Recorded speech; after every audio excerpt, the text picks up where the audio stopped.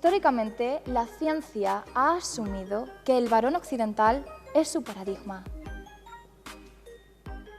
¿Te has preguntado alguna vez si existe algún otro referente que pueda contrariarlo? ¿Has pensado alguna vez si la ciencia es espontánea? ¿Quién ha escrito esto? El ser humano se ha colocado en la cúspide de la pirámide de la vida en la Tierra. Podemos generar relaciones con el resto de seres vivos mucho menos jerárquicas para construir una nueva forma de sostenibilidad del mundo. ¿Pero esto qué es? Dios, chicos, qué intensidad, por favor. ¿Puede ser el arte un nuevo camino para descubrir estos mundos posibles?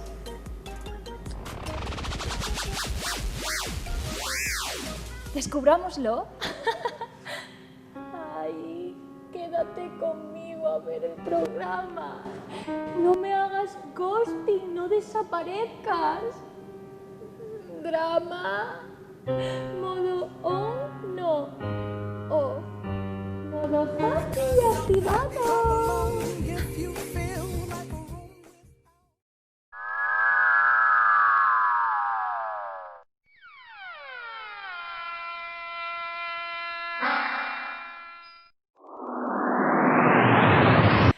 Bueno, señoras y señores, guapos y guapas, hemos llegado al final de nuestro programa, pero no al final del todo, porque antes queda un debate con nuestras tres participantes. Nos acompaña hoy Juani Bermejo, Mamen García y Catalina Pulido. Ellas están aquí para escuchar las preguntas que vosotros y vosotras nos habéis formulado a través de nuestra página de Instagram, para conocerlas un poquito más y así, bueno, pues poder acercaros a ellas, ¿no? Sin más dilación, me gustaría deciros que vamos a dividir este foro en tres bloques diferenciados. El primer bloque va a tratar sobre feminismo, con una pregunta de una espectadora. El segundo bloque va a tratar sobre arte, ciencia y tecnología. Y por último vamos a hablar de crisis en todos los sentidos, ¿no? Tanto mental como un poco lo que nos está aconteciendo.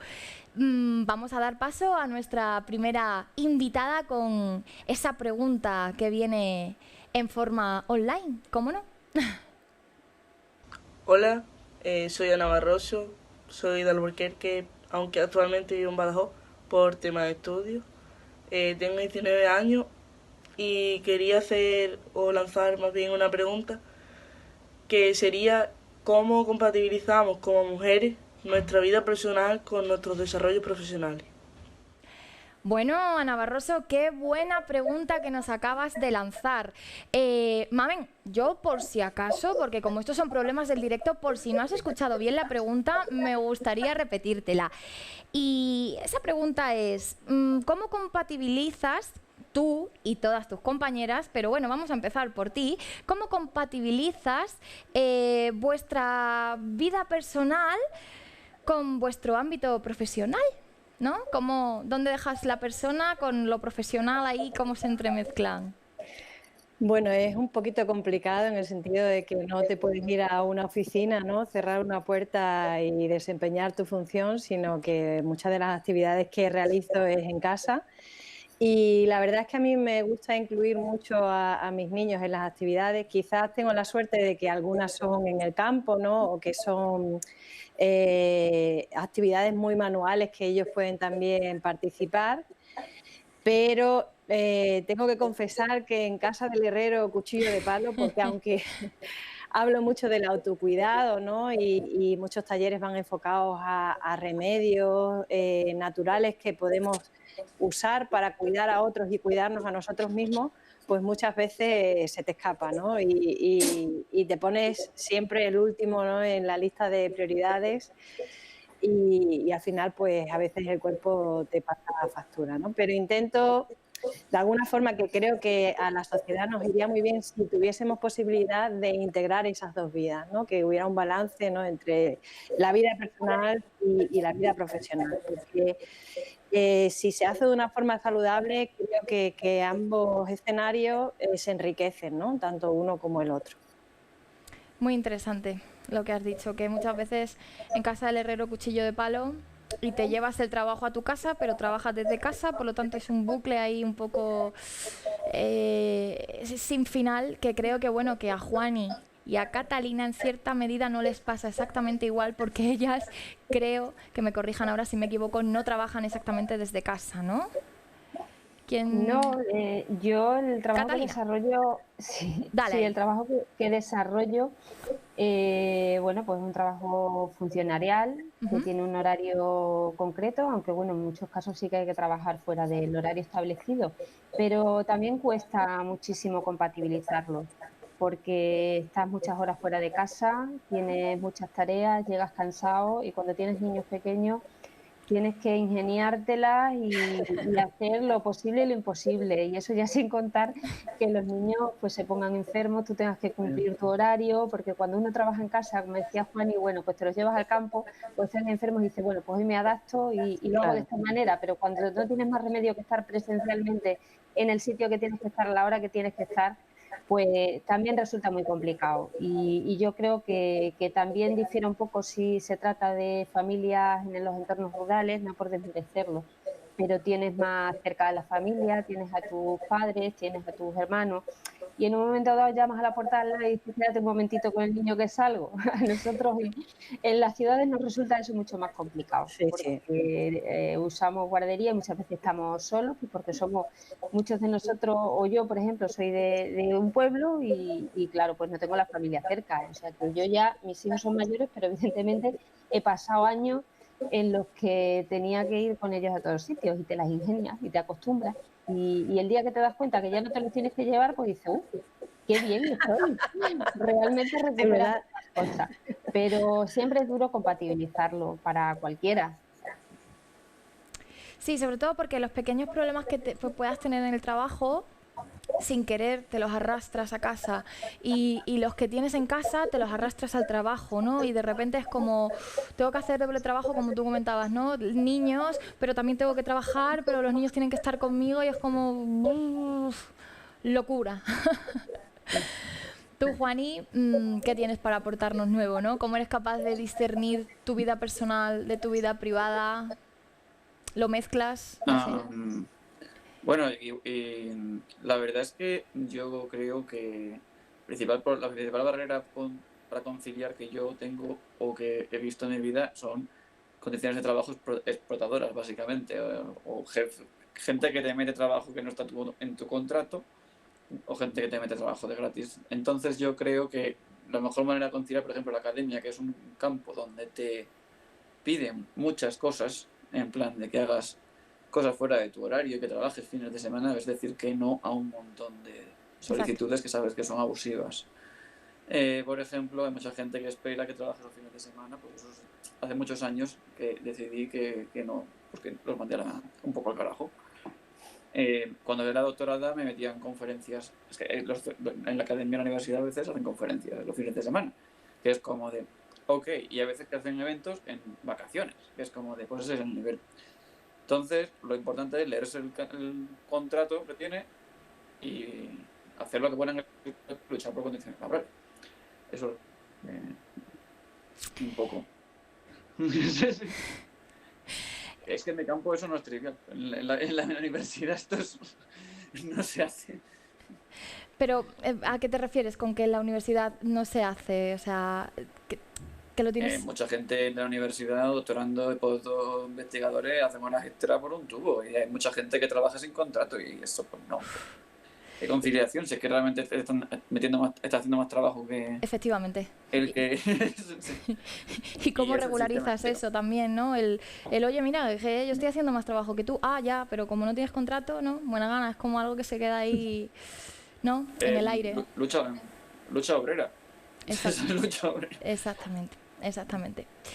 Vamos, si os parece, ¿tenéis algo más que comentar? ¿Algo más que os gustaría añadir? ¿No? Huelga general. Huelga general. Madre mía, los tiempos que están corriendo decir eso, Juani. Uf.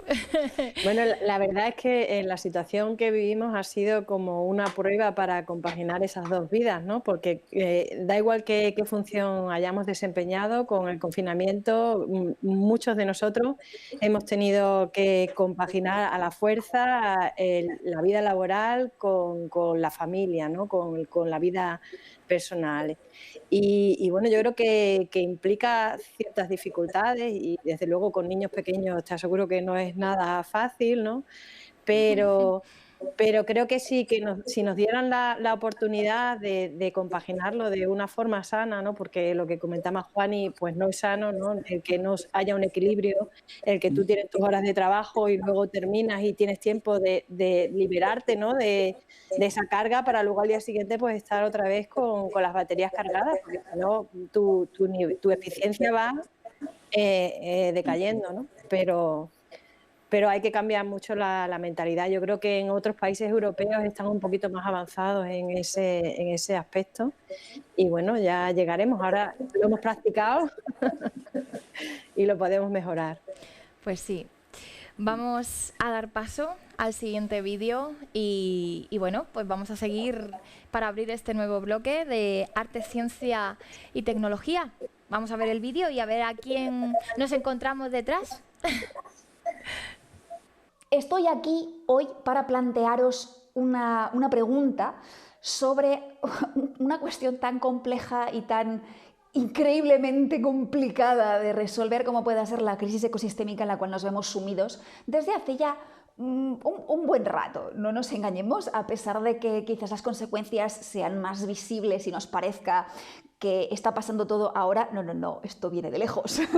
Llevamos un buen rato trabajando en el berenjenal en el que nos hayamos metido en estos momentos. La cuestión, que la pregunta que me gustaría plantear, que no será sin duda la que resolverá la cuestión, pero creo que plantea un enfoque que pocas veces ponemos sobre la mesa. Y es la cuestión de imaginar esta crisis como un fallo de nuestra imaginación. Pensemos en el momento en el cual, en el siglo pasado, Kennedy propone a los americanos que van a ir a la Luna. En ese momento, técnicamente, eso es imposible que suceda, pero es una visión tan potente y tan atractiva que inspira y galvaniza y empuja a toda la sociedad a movilizarse para que eso se convierta en una realidad.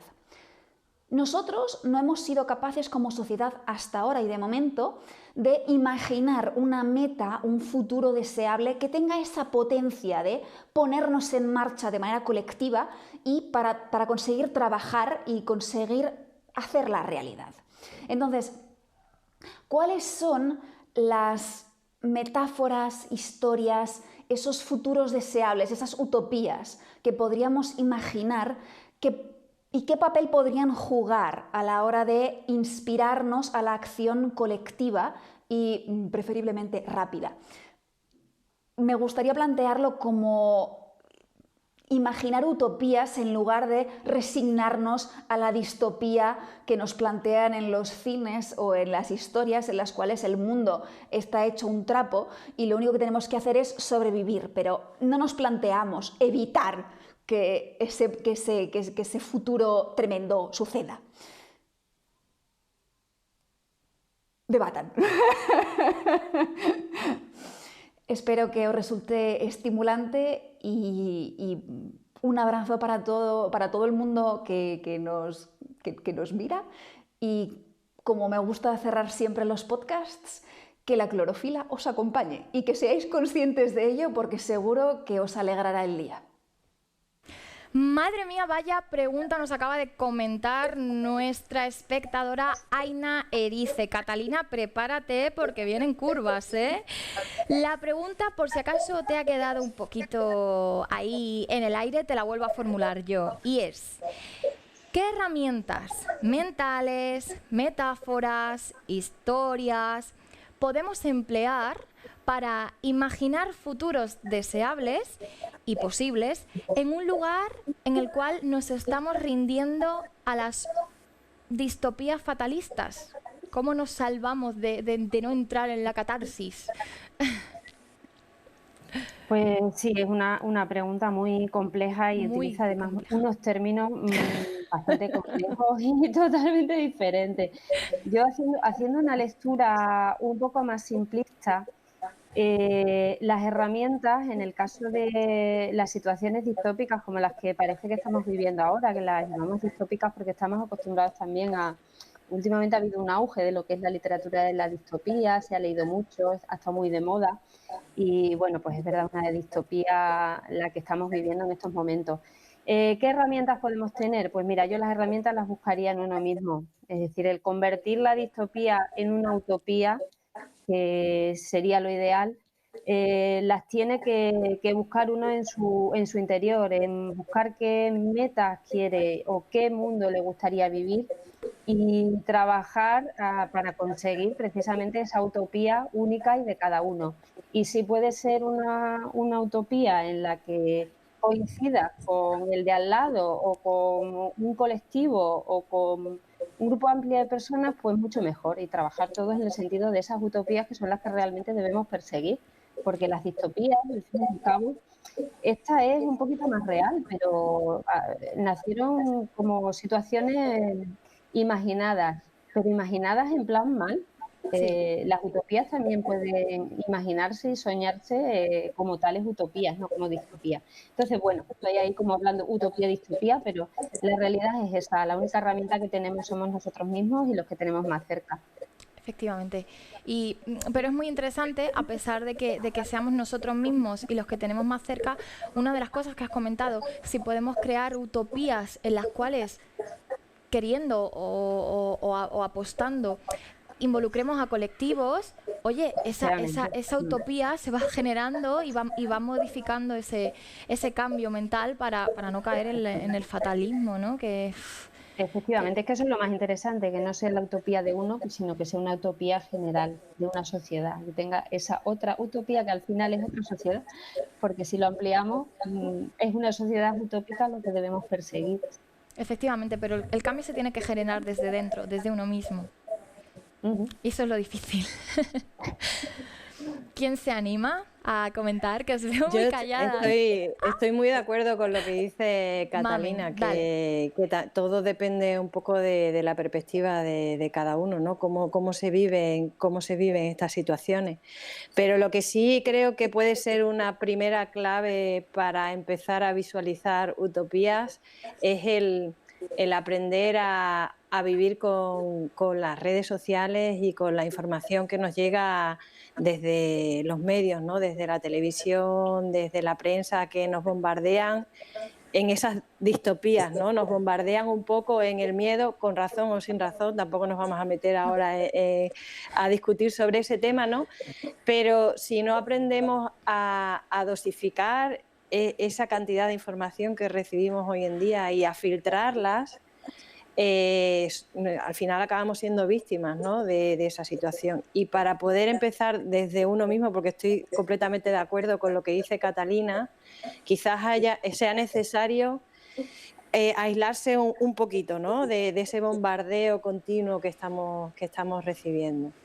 Y claves también para mí son el volver un poco al contacto con la naturaleza, ¿no? Que nos hemos desvinculado totalmente, y el contacto social, lo que hablamos de lo que decía Catalina, de agruparse, ¿no? Ahora hemos vivido un confinamiento y nos damos cuenta que somos seres sociales y que nos hace mucha falta el intercambio con otros grupos, con colectivos, con otras personas que tengan ideas parecidas o no, ¿no? Ese contacto social lo necesitamos, ¿no? Y yo creo que son claves, ¿no? Respuesta a esta pregunta tan compleja es difícil, ¿no? O sea, si la tuviéramos ya...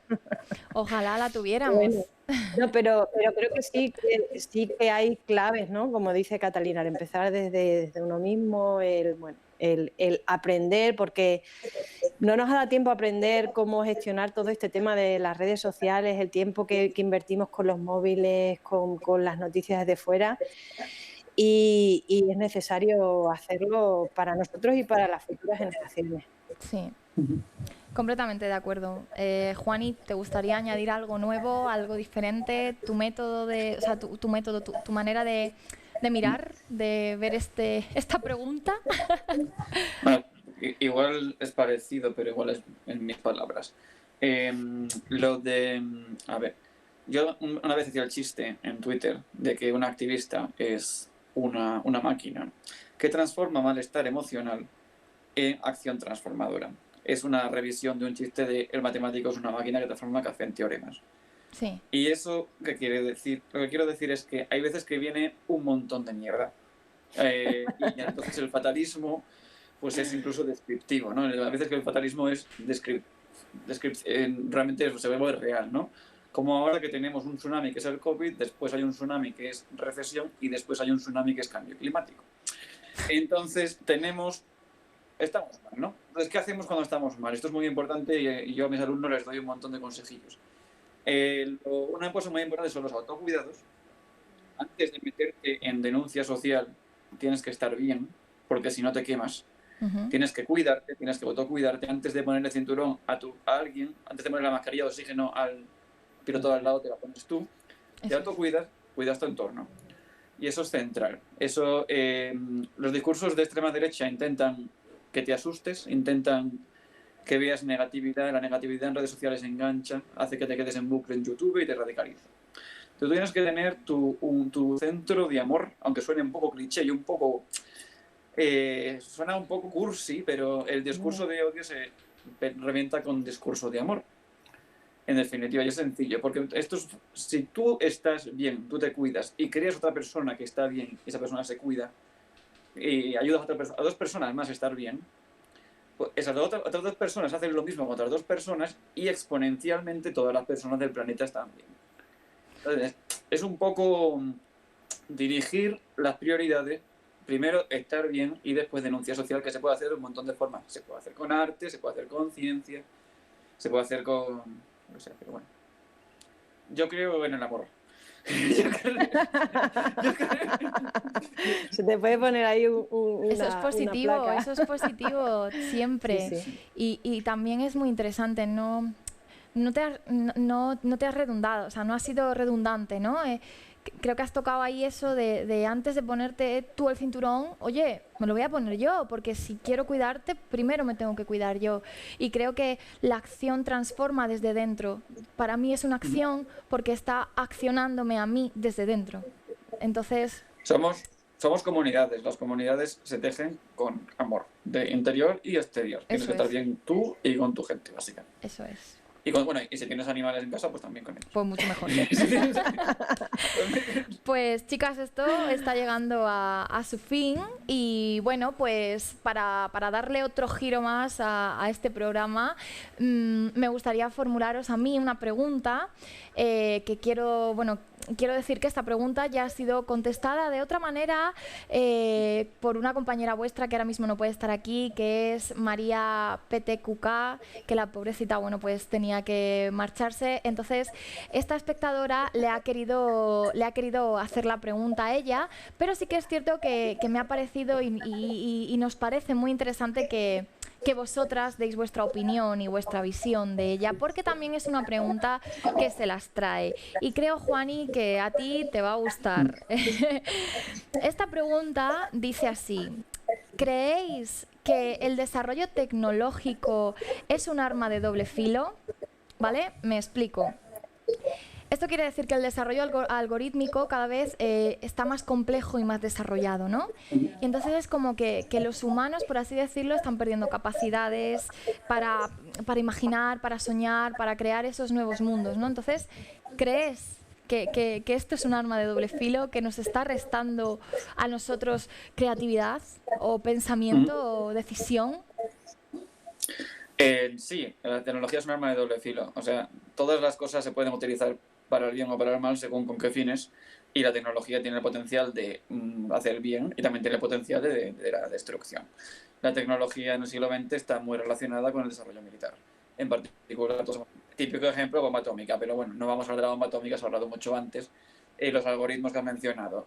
Los algoritmos se pueden utilizar para acumular datos de forma automática y ver patrones y discriminar de forma automatizada, y eso se puede hacer con redes sociales.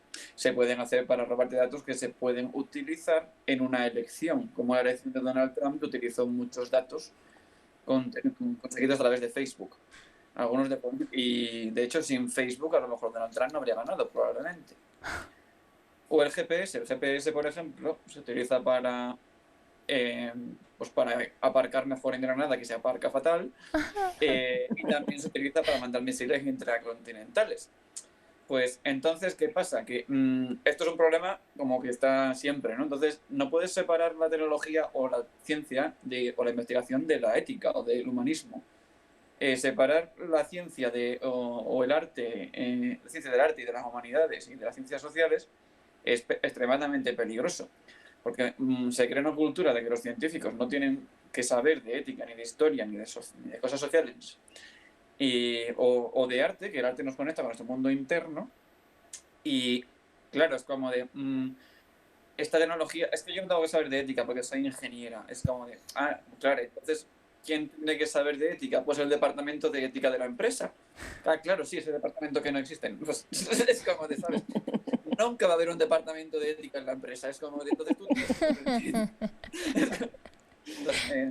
sí, es un problema y hay que tenerlo muy presente siempre. O sea, todo en esta vida... Bueno, y si nos ponemos a hablar de el colonialismo, los recursos que hemos extraído de otros países, los algoritmos que tenemos ahora, los ordenadores que tenemos ahora en el mundo desarrollado, aumenta la brecha digital con los países que no tienen los ordenadores, básicamente. Entonces, pues sí, esto es un gran melón que no se abre mucho, pero que hay que abrirlo. Perdona, he dado un discurso, pero es que esto me toca la fibra. Es que me toca mucho la fibra. Es bueno que te toque la fibra porque es un tema que hay que reflexionar, ¿no?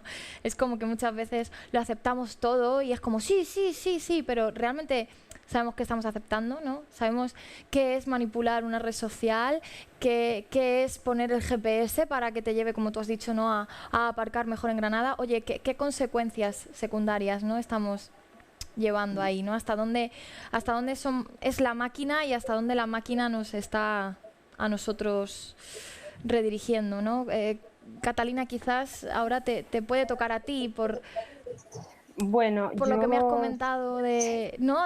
Sí, no, yo estoy de acuerdo con Juan, es una arma de doble filo, efectivamente, pero voy a incidir un poco en el planteamiento inicial de la pregunta. Decía, ¿la tecnología mata nuestra creatividad o no podemos utilizar la creatividad? Sí. Es un error pensar que la tecnología y todo lo que son las ciencias no tienen creatividad, porque la creatividad, por definición, es encontrar soluciones originales sobre determinados problemas, sea del tipo que sea. Efectivamente. Es decir, en la ciencia existe la creatividad y en lo que son las cuestiones artísticas, históricas y todo lo demás también existe. Entonces, realmente la tecnología no incide en nuestra creatividad. Nuestra creatividad la tenemos que seguir y la debemos seguir manteniendo.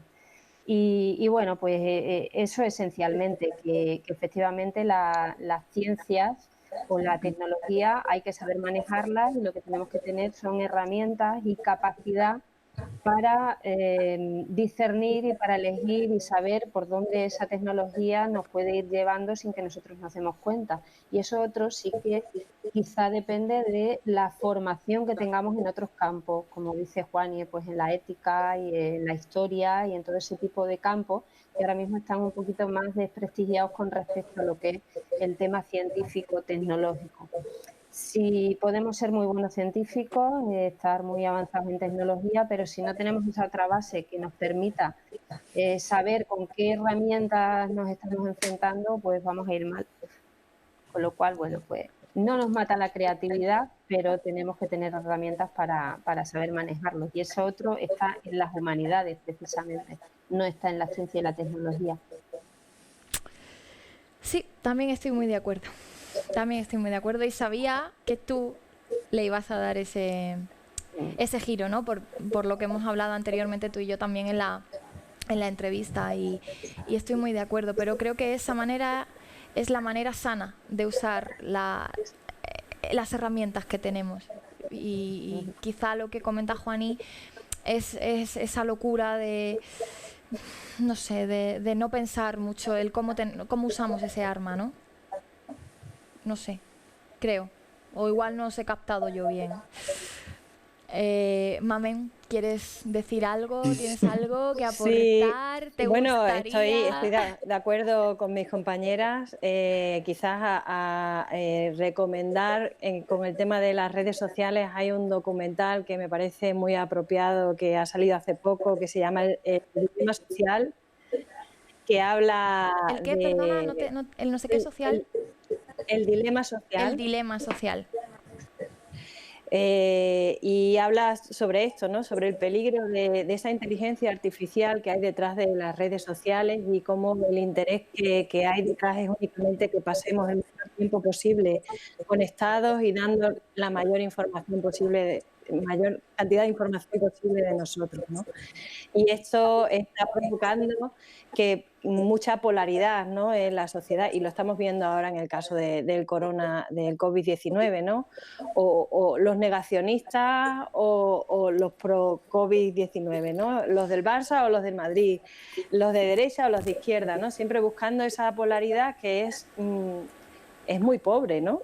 Hablando de creatividad y de posibilidades para solucionar problemas, ¿no?, que tiene la sociedad, porque evidentemente hay una escala de grises amplísimas entre el blanco y el negro y si ahora las redes sociales incentivan esta polaridad, pues es un arma de doble filo, ¿no?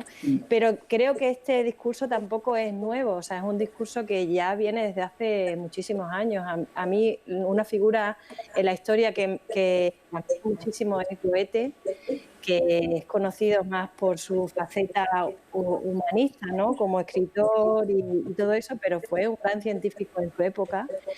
Y él tenía una visión muy diferente a la de su época y a la de ahora. Él comentaba que la ciencia no debería ser objetiva, sino que debería ser subjetiva, ¿no? Que el ser humano tiene en él mismo todos los instrumentos necesarios para analizar la naturaleza, ¿no? Que, o sea, ya en su época la gente se iba a las bibliotecas y usaba sus aparatos, no tan sofisticados como las herramientas que tenemos ahora, pero sí sofisticados en esa época, y entonces perdían mucho de la información que puedes ver cuando estás directamente en contacto con la naturaleza, ¿no? Entonces, si no somos capaces de integrar esas otras disciplinas, las humanidades, el arte, y tiene razón lo que dice Catalina, la verdad es que reconozco que no lo había pensado en ese aspecto, ¿no?, de que realmente la creatividad es la posibilidad de solucionar problemas, pero creo que los lenguajes científicos, los lenguajes matemáticos muchas veces son demasiado estrictos y el incluir el arte en esas disciplinas ampliaría el campo de posibilidades que tenemos en cuanto a las soluciones. No sé si he reliado más toda la cuestión esta. He aprovechado para hablar de lo que yo quería, pero... Está bien, para eso estáis aquí, para que debatáis entre vosotras y para que, gracias a esta tecnología que tenemos ahora, podamos estar conectadas todas a través de esto y los espectadores en sus casas y las redes sociales por otro lado y el streaming y es como que hay una sinergia de un montón de personas, que eso es algo positivo que nos ha dado la tecnología, ¿no? Que muchas personas puedan estar interactuando a la vez y haya un feedback directo, ¿no? No es como yo te envío una carta y a lo mejor dentro de no sé cuántos meses me puedes responder. Entonces, bueno, hay que tratarlo todo con mucho tacto y más en el tiempo que nos está tocando vivir, ¿no? Así es que, bueno, pues chicas, ha sido un verdadero placer haber estado con vosotras. Igualmente. Espero que hayáis estado a gusto y yo, desde luego, pues no puedo haber estado más a gusto con vosotras, así es que os doy las gracias. Un placer, Reina, Gracias tenéis a mucho arte. vosotros. Un placer. Muchas gracias. Y ya está. Hasta Hasta pronto. aquí acabamos. Muy bien. La próxima vez nos quedamos en Badajoz.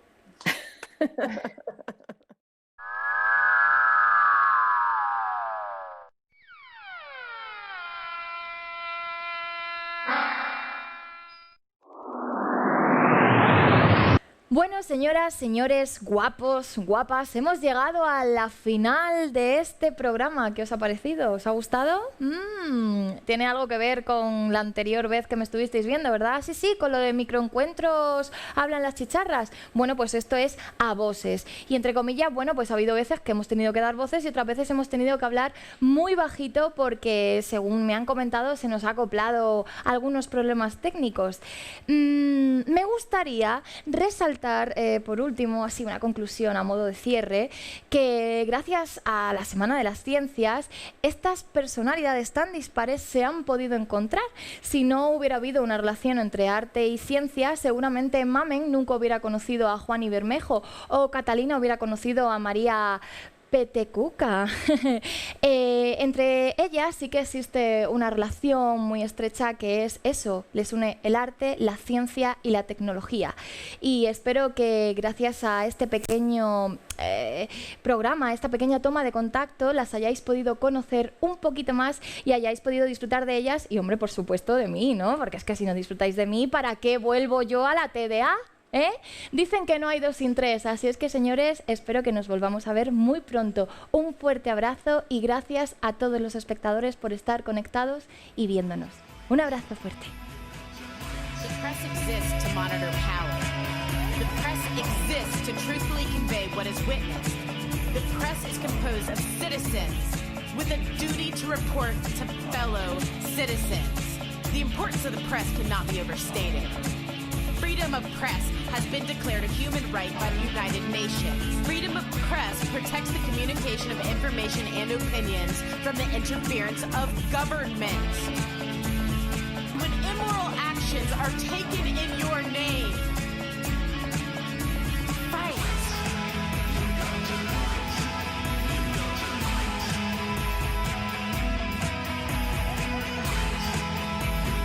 When immoral actions are taken in your name,